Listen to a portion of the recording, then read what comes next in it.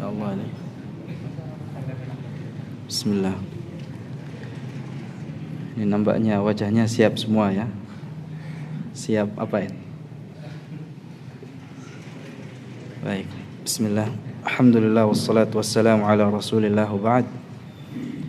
Ya, sebelum giliran antum membaca, saya akan terlebih dahulu membacakan suratul Fatihah tanpa harus antum tirukan ya. Jadi nanti kita bergantian. A'udzu billahi minasy syaithanir rajim. Bismillahirrahmanirrahim. Alhamdulillahi rabbil alamin.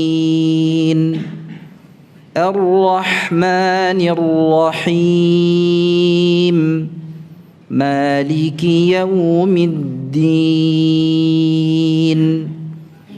Iyyaka na'budu wa iyyaka nasta'in. Ihdinas siratal mustaqim. صراط الذين أنعمت عليهم غير المغضوب عليهم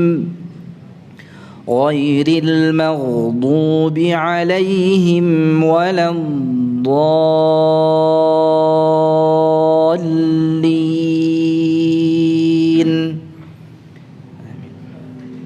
Ya, sekarang giliran antum semua. Dari ta'awudz, a'udzubillah. A'udzu billahi minasy syaithanir rajim. Bismillahirrahmanirrahim. Arahnya tebal. Hirra gitu ya. Nirra langsung tebal. Bismillah. Bismillahirrahmanirrahim.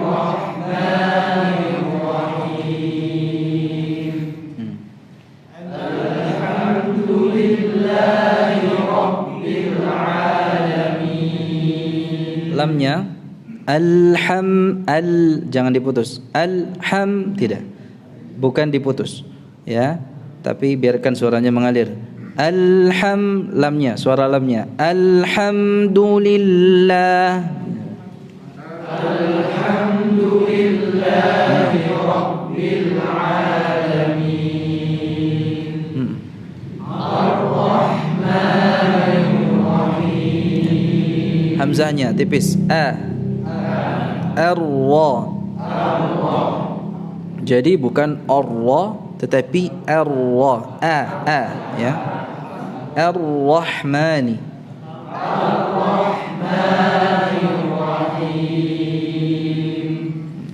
Maliki yaumiddin. Iyyaka na'budu wa iyyaka nasta'in. Ihdinas siratal mustaqim. Ya, ya. Mencucu gini, pada saat sampai pengucapan sinnya ya kembalikan ya. Jadi bukan tetapi ya. Ihdinas siratal mustaqim. Ihdinas siratal mustaqim. Siratal ya. Tabal bukan. Ya, jadi lamnya tipis. Bukan siratal, tapi siratal mustaqim. Sekali lagi, ihdinas siratal mustaqim. Ihdinas siratal mustaqim. Ya, bukan ihdi. Ya, hamzahnya kasrah.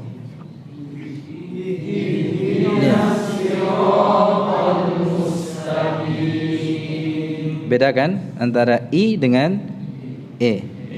I ya. Baik, siratal ladzina an'amta alaihim.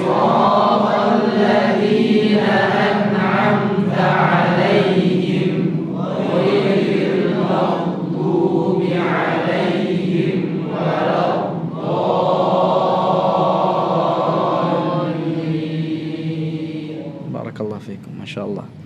Waladh dari sisi lidah. Jadi bukan waladh ya, ini dal mufakhamah yang benar dari sisi lidah. Dha ya. Walam coba ya, lanya tipis. Wala ya, walam dha ya, ghairil maghdubi ghain ya, ghairil maghdubi alaihim da sama dengan dha ya, dari sisi lidah ya, ghairil maghdubi ya, ghairil maghdubi alaihim waladdallin.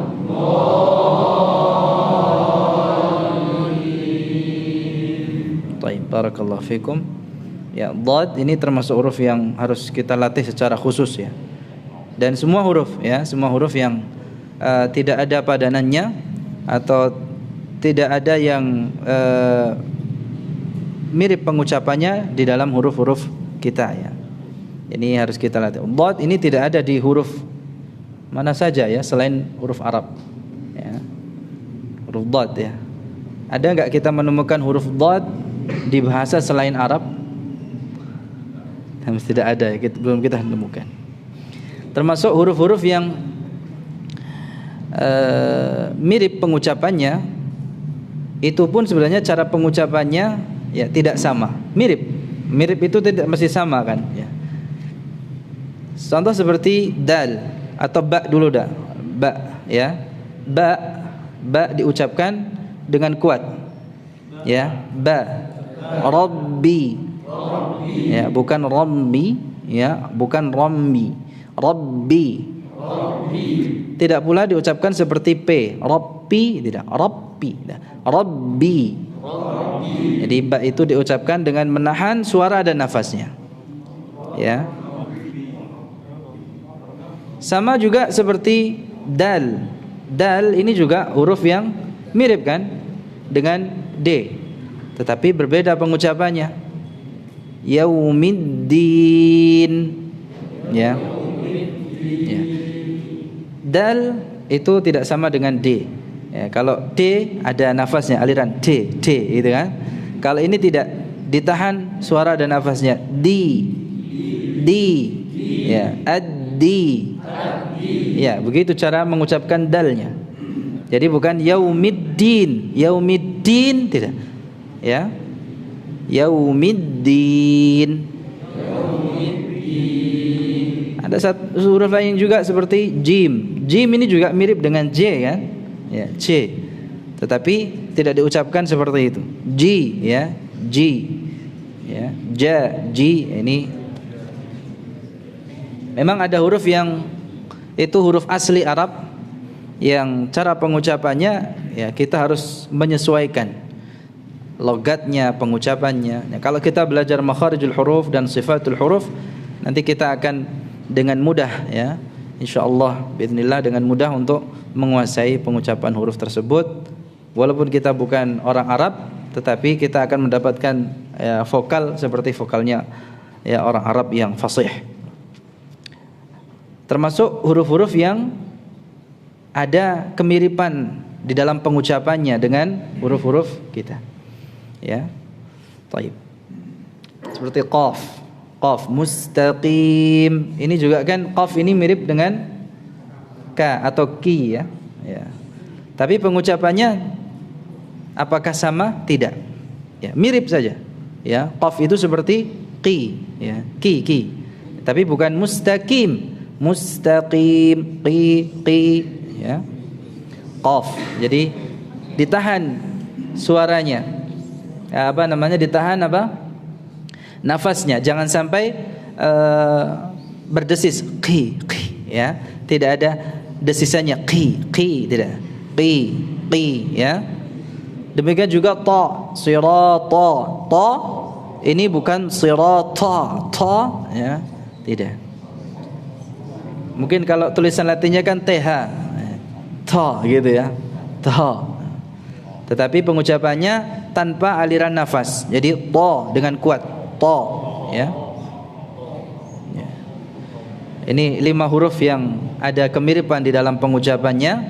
Semuanya juga huruf qalqalah. Baik. Baik. Silakan. Siapa ya? Baca.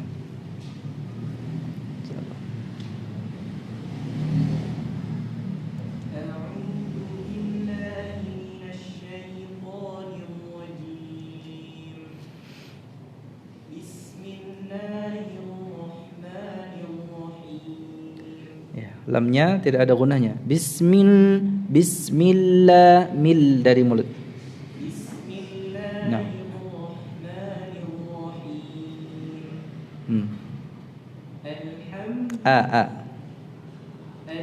Bukan bukan al. Buka rahangnya buka al a.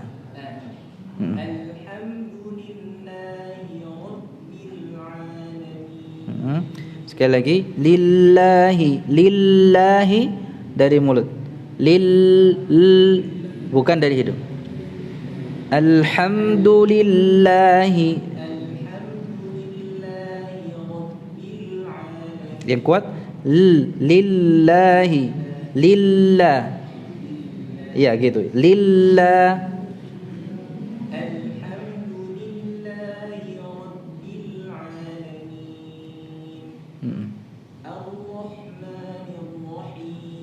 Tipiskan haknya.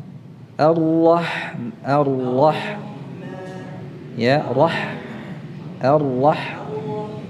bukan roh ya, roh tipis ya. Allah ya, Allah. Nah,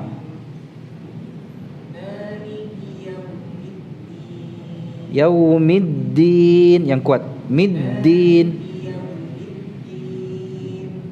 Bukan yaumiddi ya. Middi ya, middi ya. Jadi bukan mid tetapi middi. Kita tahan suara dan nafasnya. Middin maliki ya, itu yang kuat. Iya ya, buka. Nah.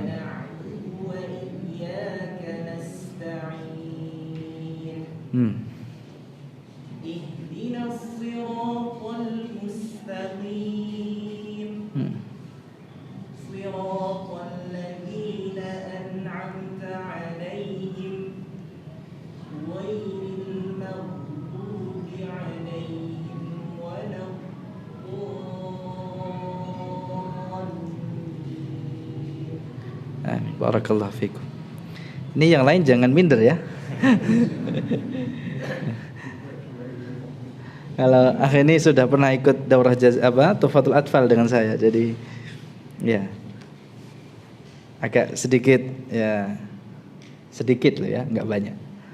Ya, agak sedikit mulahadzat di situ. Yang lain jangan minder dulu. Waduh. Tayyib. Ahsan, tabarakallahu fiik. Masyaallah. Bagus. Berikutnya. Oh ya, silakan.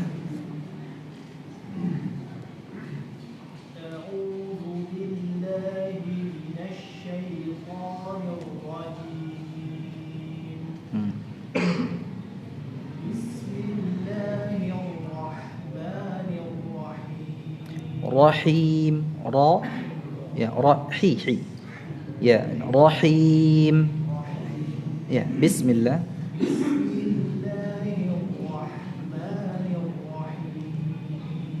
Ya, diturunkan rahangnya. Kasrah him ya, itu him Ya, gitu. Him. Ya.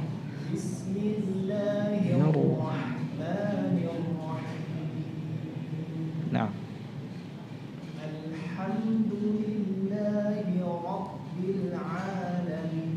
Yang kuat Rabbi ya. Ya, Rabbi. Ya, gitu.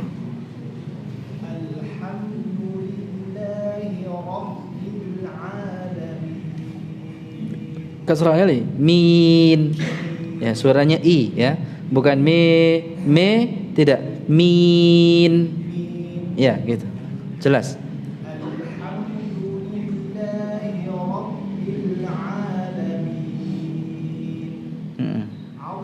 A.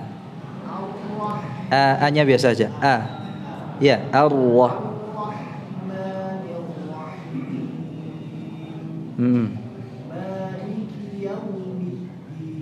Yaumiddin. Dalnya yaumiddin. Ya, yang kuat. Maliki. Ya.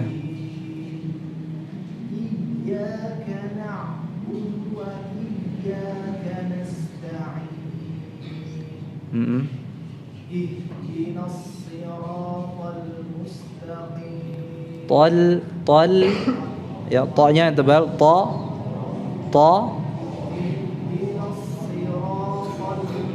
ya, lamnya tipis. Tol ya, ya, lamnya tipis. Tol. Mus gini mus ya. Mustaqim.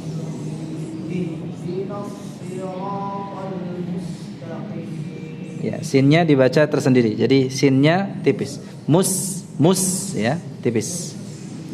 Ihdinas siratal.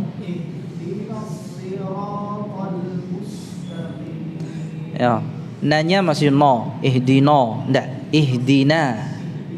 Nah, ya, nas. Nah, bukan na. Mus. Ya, sampai pengucapan sinnya tipis. Mus. Ya.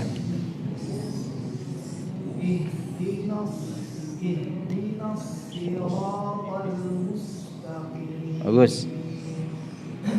Siratal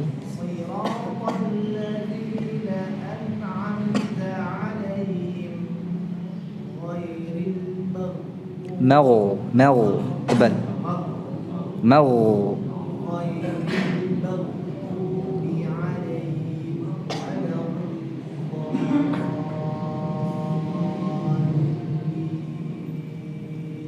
Masya Allah, barakallah fiik.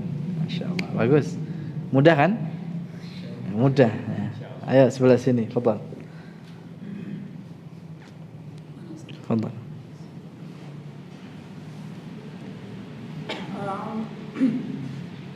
A'udzu billahi minasy syaithanir rajim. Ta yang tebal, ta-nya. Syaitanir rajim. Jim. Ya, gitu. Jim.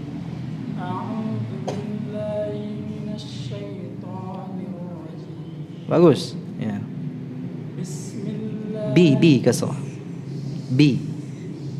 Ya, ini pentingnya kita menguasai yang namanya itmamul harakat. Kaidah namanya itmamul harakat. Jadi menyempurnakan harakat. Fathah dibuka arahnya. A. Ya. Alhamdu. Ya. Ihdina tadi i ya. Jadi suaranya jelas ya. B bukan bis dia. Bukan bis tetapi bis gitu. Ini namanya itmamul harakat. Ya, termasuk dhammah. U juga sama ya. Nah. Bismillahirrahmanirrahim. Alhamdu. Jelas lamnya? Alhamdulillahi rabbil alamin. Buka. ar-ra. Ya, gitu. Ar-ra, bagus. Jadi dibuka dulu hamzanya a. Ya, a. Ya, membukanya secara proporsional, tidak perlu berlebihan takalluf. Tidak. Tapi jangan setengah juga. A. Ini namanya taklil. Jadi itu taklil. Jadi imalah sughra. Ini bukan imalah atau bukan taklil. Tetapi hamzah, fathah tamah. Gitu ya. Secara proporsional, dhamman muhkamah. Ar-Rahmani. Ya, yang keras suaranya. Maliki yaumiddin. Bukan liki. Turunkan rahangnya. Rahang bawahnya turun. Liki. Maliki. Ya, maliki. Maliki yaumiddin. Yau. Ya, gitu. Yau. Maliki yaumiddin. Iyyaka na'budu wa iyyaka nasta'in. Nasta'in. Biarkan mengalir sin. Suara sinnya nasta. Ya, gitu. Nasta. Jangan dipangkas. Karena huruf setelahnya kan ta. Ini kadang karena kita ingin cepat mengucapkan huruf ta-nya, akhirnya suara sinnya terpangkas. Nasta'in. Biarkan mengalir. Nasta'in. Gitu ya. Iyyaka na'budu.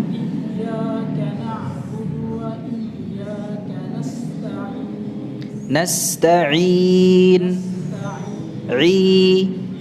Ya, gitu. Nasta'in.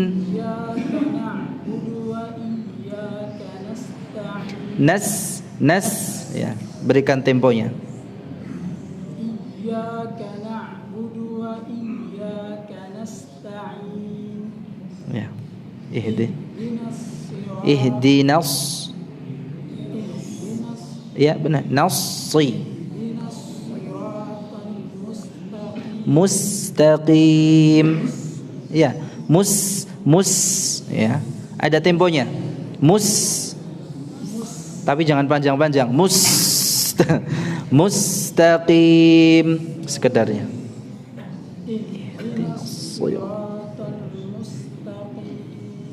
Ya. Siratal ladzina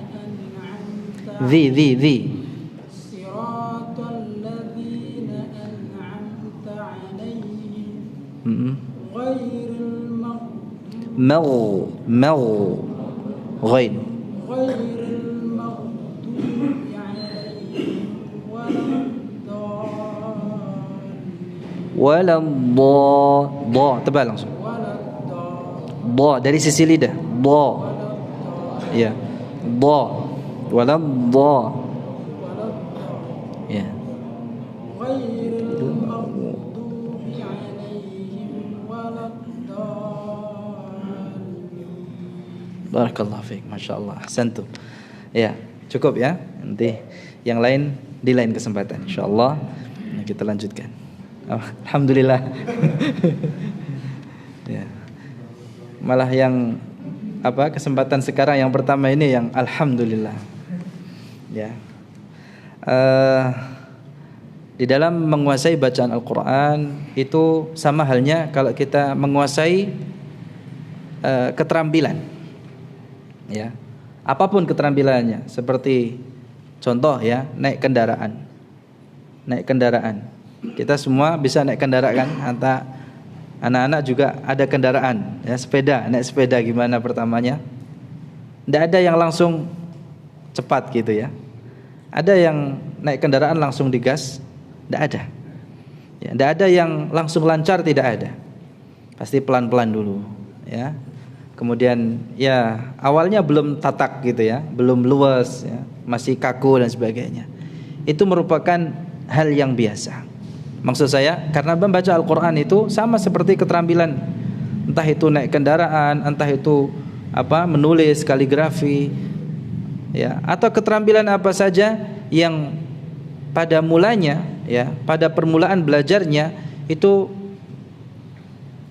pasti kita akan menjumpai kekakuan atau mungkin ya, perlu dipaksa ya. Ada takalluf seperti itu ya. Jadi kita paksakan mulut kita buka ya, buka tadi itmamul harakat ya. Bagaimana agar tidak terucap setengah a ya, i bukan e ya, u bukan o, seperti itu. Ya, huruf-huruf yang kita latih secara khusus seperti dhad ya. Itu seiring dengan ya terbiasanya kita ya, membaca dengan cara seperti itu, nanti lama kelamaan akan menjadi apa? Mudah. Maksud saya ya bisa itu karena terbiasa. Di sini apa? Kita akan bisa kalau apa? Terbiasa. Kenapa kita saat permulaan belajar seperti ini sulit? Karena kita belum terbiasa saja. Namun kalau sudah terbiasa nanti ya, bahkan tidak hanya di dalam bacaan Al-Qur'an kita. Kalau kita belajar bahasa Arab ya, dalam percakapan bahasa Arabnya pun itu akan berbeda. Ya. Jadi kita belajar ilmu ini ya bukan ilmu bim salah bim ya, atau ilmu membalikkan telapak tangan, bukan. Tapi ini dalam rangka untuk mengetahui nanti ya teorinya. Karena teori ini walaupun hukumnya adalah fardu kifayah, tapi ma la yatimul wajibu illa bihi fahuwa wajib. Ya, teori itu juga kadang ya menentukan ya, memudahkan seseorang di dalam menguasai bacaan Al-Qur'annya. Jadi insyaallah nanti ini masih muqaddimah sekarang, nanti di dalam kitab Tajwid Musawwar itu juga ada kita akan mempelajari makharijul huruf, sifatul huruf, hukum-hukum bacaan yang lain, ya, tafkhim, tarqiq, ya, idhar, idgham dan yang lain sebagainya. Itu semua dapat kita kuasai dengan cara membiasakan. Makanya Imam Al-Jazari mengatakan walaysa bainahu wa baina tarkihi illa riyadatum ri'im bifakkihi. Tidak ada bedanya antara orang yang mengetahui hukum-hukum bacaan Al-Qur'an atau yang tidak, melainkan apa?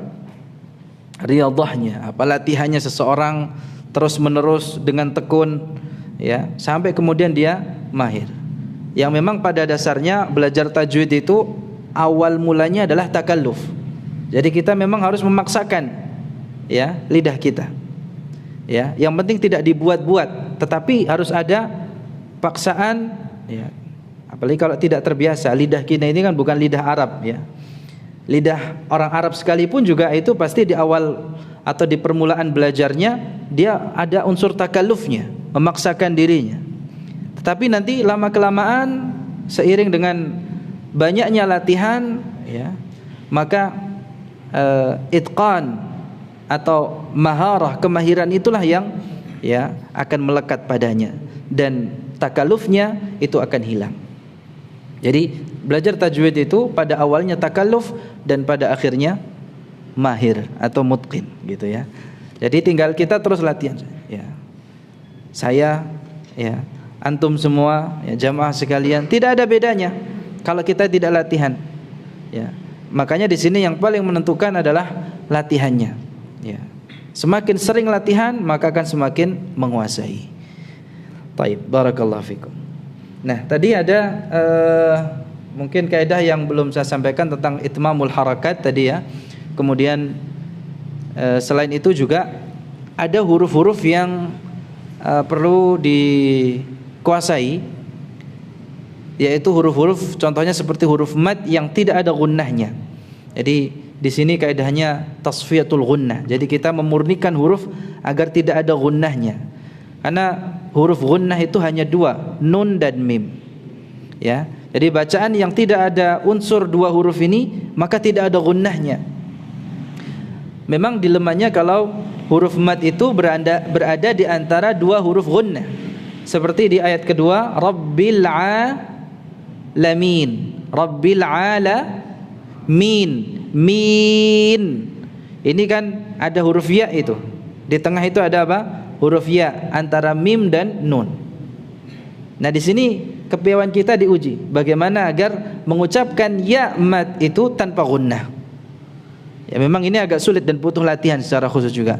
Bagaimana agar kita mengucapkannya bukan Rabbil alamin, tidak, mi. Jadi pengucapan ya-nya tidak ada gunnahnya. Ya, ini butuh latihan sampai kemudian kita ya piawai dalam membawakannya. Ya, itu seperti itu. Jadi pengucapan hurufnya, panjang pendeknya, kemudian harakatnya, ya, sempurnakan harakatnya, kemudian usahakan suara itu keluarnya dari mulut. Ya. Bukan dari hidung, semuanya dari hidung tidak.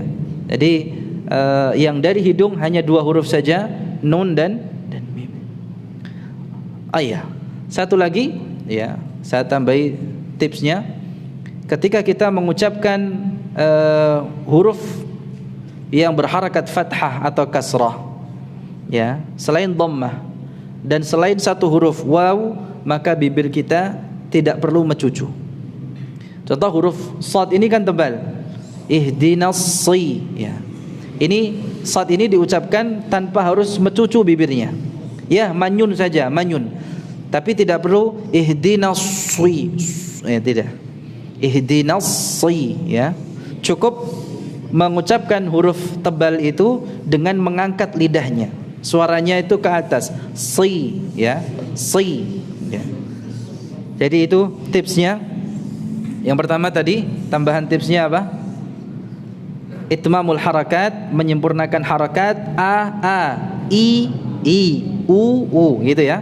Ya, 3 harakat itu harus kita sempurnakan pengucapannya. Kemudian hindari suara dengung pada huruf selain nun dan mim.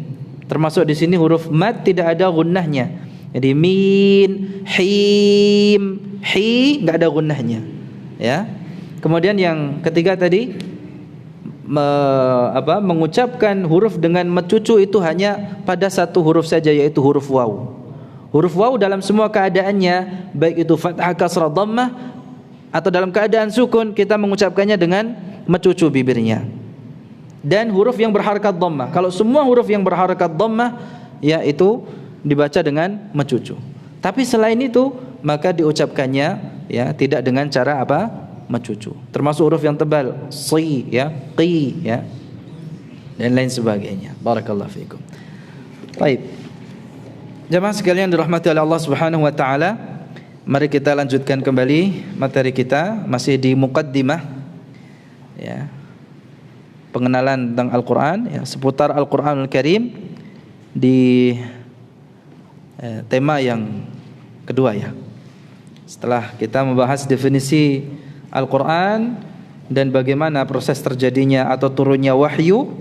Nah, sekarang ya kita akan membahas bagaimana Al-Quran itu sampai kepada kita. Ya, bagaimana Nabi SAW mengajarkan Al-Quran ini kepada umatnya. Bagaimana Rasulullah SAW mentabligh, ya, menyampaikan Al-Quran ini kepada ya umatnya dengan 2 cara. Ya, cara yang pertama adalah maktuban, secara tertulis, secara tulisan. Yang kedua mantuqan, secara lesan, ya, secara apa? Lesan. Mantuqan, ya. Atau istilahnya an-naqlus sauti.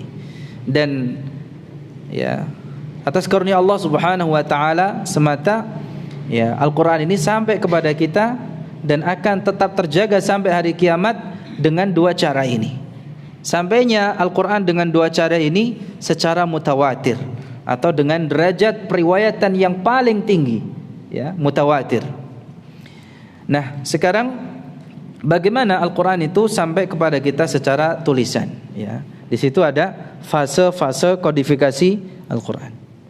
Ya, secara tulisan bagaimana? Apakah ya Al-Quran ini dari zaman Nabi SAW sudah tertulis sedemikian rupa, ya, dalam satu mushaf begitu?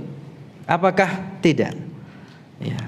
Al-Quran sampai kepada kita secara tulisan melalui beberapa fase. Ya, tentu fase yang pertama adalah ya fase ya di zaman Nabi SAW. Jadi Al-Quran ini ya tidak hanya dibaca atau dihafalkan di dalam dada saja. Memang yang asasi, ya, metode yang asasi zaman dahulu, pada zaman Nabi SAW, orang itu lebih banyak mengandalkan bacaan Al-Quran itu dari hafalan.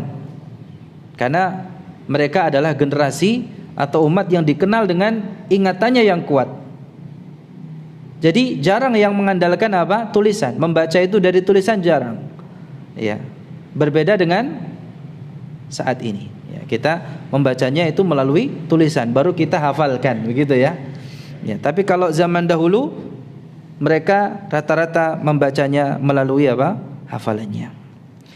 Nah, Al-Quran tidak hanya dibaca dari hafalan saja, tetapi ya, Al-Quran itu juga dibaca dari tulisannya. Jadi ada tulisannya, ya.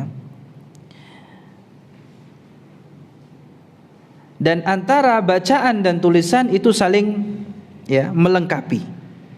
Oleh karena itu Rasulullah sallallahu alaihi wasallam tatkala turun kepadanya wahyu Al-Quran, ya, beliau membacakannya kepada para sahabat yang hadir, ya, dan mengimlakkan, mendiktekan ya Al-Quran tersebut kepada sahabat penulis wahyu. Dalam hal ini ya, sebagaimana yang ada di dalam riwayat, ada ya penulis wahyu seperti sahabat Zaid bin Thabit, ya, Zaid bin Thabit radhiyallahu anhu. Jadi para penulis wahyu ini, sahabat Zaid bin Thabit dan juga yang lainnya, menulis apa yang dibacakan oleh Rasulullah sallallahu alaihi wasallam dari wahyu Al-Qur'an tersebut. Mereka menulis ya Al-Qur'an tersebut ya pada saat wahyu itu turun. Ya. Menulisnya di atas media yang sangat sederhana. Karena saat itu belum ada kertas. Ya. Ada yang ditulis di atas pelepah kurma, ada yang ditulis di samaan kulit, atau yang ditulis di ya lempengan kayu, batu gitu ya. Sesuai dengan ya kondisi saat itu, di mana ya sarana untuk menulis itu sangat sulit. Ya. Namun demikian ya Al-Quran itu sejak zaman Nabi SAW sudah ditulis, hanya belum dikumpulkan saja. Ya, ini menunjukkan bahwa tulisan Al-Quran itu sudah ada sejak zaman Nabi SAW. Hanya saja ya tidak seperti ya, tulisan kita saat ini ya. Karena tulisan Al-Quran itu sendiri pun ada kaidah-kaidahnya tersendiri ya, yang kita kenal dengan rasm ya, rasmul mushaf. Mungkin ya di sini muncul pertanyaan. Kan Nabi Muhammad itu ummi ya. Tidak tahu bagaimana itu menulis dan membaca. Tidak membaca dan tidak menulis, gitu kan. Ya kan? Nabi SAW kan adalah seorang nabi yang ummi. Tapi ya, bagaimana ini? Ya. Apakah kemudian ya ini menjadi sebuah kekurangan? Oh, tidak. Ya, bahkan ini menjadi sebuah kelebihan. Kalau kita umatnya yang tidak membaca, tidak menulis, ini kekurangan besar. Ini menjadi kekurangan. Tetapi bagi Nabi SAW itu adalah kelebihan. Ya. Kalau Nabi SAW itu bisa membaca, bisa menulis, maka derajat ini ya, keotentikan Al-Qur'annya akan turun. Ya. Kenapa? Karena mungkin saja ini hasil apa? Ya, rekayasa, atau ini bacaannya Nabi anak itu tidak. Ya. Di sini pun di fase yang pertama Rasulullah tidak menuliskan, tetapi apa? Membacakan apa yang diwahyukan, ya. Kemudian yang menulis adalah para sahabat penulis wahyu. Ya. Dan di sini memang ya jawaban lainnya adalah malaikat Jibril alaihissalam saat itu hadir. Jadi saat wahyu itu diturunkan ya. Jadi kemungkinan kecil untuk Nabi SAW untuk merubah itu tidak ada sama sekali. Tidak ada ya sama sekali kemungkinan Nabi SAW untuk merubah dari wahyu yang diturunkan. Apalagi Nabi SAW sebagaimana kita sampaikan yang lalu, dan malaikat Jibril adalah dua sosok aminain. aminu ahli sama, malaikat Jibril, ya, orang yang terpercaya, malaikat yang paling dipercaya di langit sana, dan aminu ahli ard, Nabi Muhammad sallallahu alaihi wasallam, orang yang paling terpercaya di muka bumi ini. Maka tidak mungkin di situ ada ya perubahan. Maka di sini ya kemungkinan untuk diselewengkan ya atau ditulis tidak sebagaimana yang diturunkan itu sangat kecil dan tidak ada ya kemungkinannya sama sekali. Karena Nabi SAW pertama yang mengajarkannya adalah malaikat Jibril. Ya, 'allamahu syadidul quwa. Ya. Kemudian beliau sendiri adalah seorang yang amin, ya, yang dapat dipercaya. Dan di sini Rasulullah SAW ya itu ketika menyampaikan Al-Quran kemudian ditulis oleh para sahabatnya itu ya tidak langsung serta-merta tulisannya ya bisa disampaikan kepada orang lain. Tetapi sebelum ya tulisan itu ya disebarkan atau sebelum diajarkan ke orang lain, terlebih dahulu ditakrir oleh Rasulullah SAW. Sebagaimana pernyataannya Zaid bin Thabit di situ, ya Rasulullah SAW mendiktekan, ya kan? Kemudian Rasulullah SAW minta kepada sahabat Zaid bin Thabit apa? Untuk membacakan apa yang telah ditulis. Kalau di situ ada kesalahan, maka Rasulullah SAW koreksi bacaannya. Kemudian setelah itu setelah tidak ada yang dikoreksi baru kemudian akhruju bihi ilan nas, ya kata Zaid bin Thabit, ya kemudian saya keluar ya menyampaikan kepada orang-orang.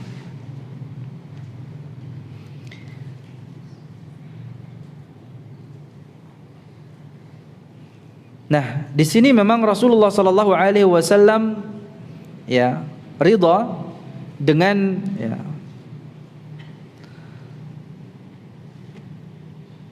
sarana yang digunakan oleh para penulis wahyu yang ditulis di atas pelepah kurma atau di samaan kulit ya dan lain sebagainya.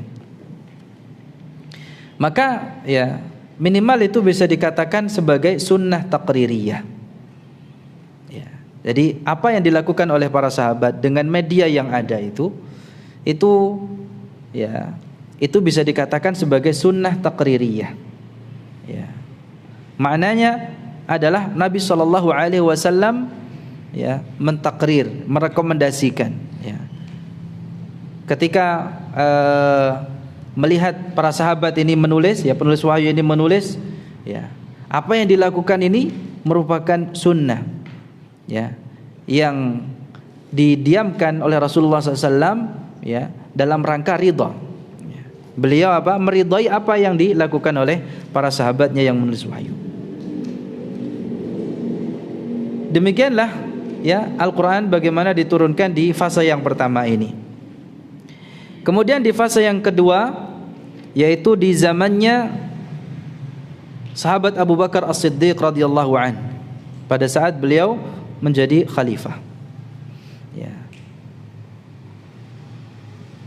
Nah, di zaman Abu Bakar As-Siddiq ini ya, ada tuntutan ya di mana banyak orang-orang yang murtad yang harus diperangi. Nah, di dalam peperangan tersebut banyak dari kalangan para penghafal Al-Quran ya, dari kalangan sahabat ya yang menghafal Al-Quran itu gugur ya. Maka ada seorang sahabat Umar bin Khattab radhiyallahu anhu yang saat itu belum menjadi khalifah ya, memberikan masukan untuk apa atau agar Al-Quran itu dikumpulkan menjadi satu mushaf ya, karena banyak ini para sahabat sekitar 70 sahabat yang gugur dalam medan peperangan ya, dan itu membuat sahabat Umar bin Khattab ya risau ya, agar jangan sampai Al-Quran ini nanti hilang ya. Kemudian masukan itu tidak diterima begitu saja oleh sahabat Abu Bakar, sang khalifah saat itu, dan terus sahabat Umar ini memberikan masukannya, ya, bahwa ini adalah ada kebaikan yang besar di dalamnya, ada kebaikan. Ya, sampai kemudian sahabat Abu Bakar As-Siddiq merasa lapang dada, ya, tentram dengan masukan itu, usulan itu, karena memang belum pernah dilakukan Rasulullah SAW. Di zaman Nabi SAW, Rasulullah melarang untuk menulis sesuatu darinya kecuali Al-Quran. Termasuk hadis belum ditulis agar tidak tercampur mana yang Al-Quran, mana yang perkataan beliau. Ya. Nah, baru di zaman Abu Bakar Siddiq ini mulai itu tulisan-tulisan yang ada, ya, yang masih tercecer kemudian dikumpulkan atas dasar masukannya dari sahabat Umar bin Khattab radhiyallahu anhu. Ditunjuklah untuk mengemban, ya, tugas yang mulia dan berat ini sahabat Zaid bin Thabit, karena beliau ini adalah, ya, sahabat yang di zaman Nabi SAW, ya, menulis, ya, Al-Quran, dan beliau menjalankannya dengan sebaik-baiknya, ya, sebagaimana yang ditunjukkan oleh athar yang sahih, ya, bagaimana Al-Quran itu ditulis, ya, kemudian di kertas, ya, kemudian, ya, dijilid menjadi satu mushaf, ya. Demikian, ya, apa yang kita bisa bahas sekarang di fase yang kedua, ya, tinggal fase satu lagi di zaman Utsman bin Affan. Nah, ada kemiripan, ya, di dalam penulisan Al-Quran di zaman Abu Bakar dan Utsman, hanya saja ada pemicu yang berbeda. Ya, kalau di zaman Abu Bakar Siddiq ini banyak para sahabat yang hafal Quran gugur, ya. Kalau di zaman Utsman bin Affan itu ada banyak cara membaca yang berbeda-beda, sehingga antara kaum muslimin itu bisa saling bertengkar gitu, ya, sehingga butuh dikumpulkan kembali. Jadi dua kali Al-Quran itu dikumpulkan tulisannya menjadi satu mushaf. Yang pertama di masa Abu Bakar Siddiq, kemudian yang kedua di masa Utsman bin Affan. Tetapi intinya di sini jamaah bahwa Al-Quran itu sudah ditulis sejak zaman Nabi SAW, bukan baru ditulis di zaman Utsman bin Affan. Demikian, semoga bermanfaat. Wassallallahu wasallam ala nabiyyina Muhammad wa ala alihi wa sahbihi wasallam. Wa akhiru da'wana alhamdulillahi rabbil alamin. Subhanakallahumma wa bihamdika asyhadu an la ilaha illa anta astaghfiruka wa atubu ilaik. Assalamualaikum warahmatullahi wabarakatuh.